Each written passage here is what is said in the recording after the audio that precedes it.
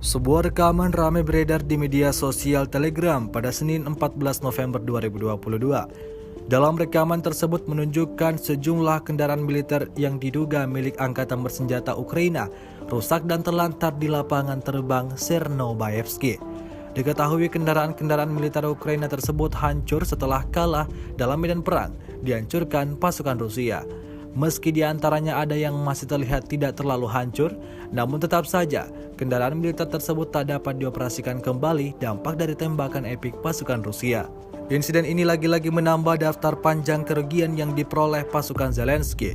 Sejauh ini selama invasi berlangsung, Rusia secara total merilis 333 pesawat Ukraina, 176 helikopter, dan 2.498 kendaraan udara tak berawak, serta sistem rudal anti pesawat dieliminir oleh pasukan Vladimir Putin. Sementara itu dari kubu Kiev, Kementerian Pertahanan Ukraina melaporkan 650 tentara Rusia dieliminir dalam 24 jam terakhir.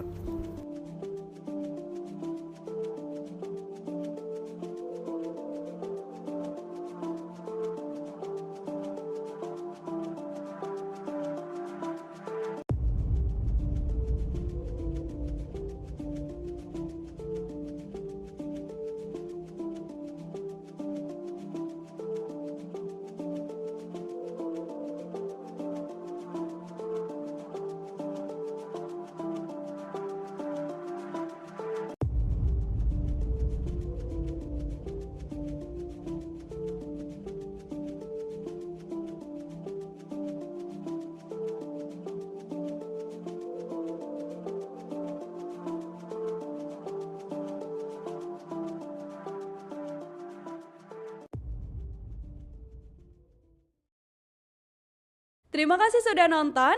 Jangan lupa like, subscribe, dan share ya.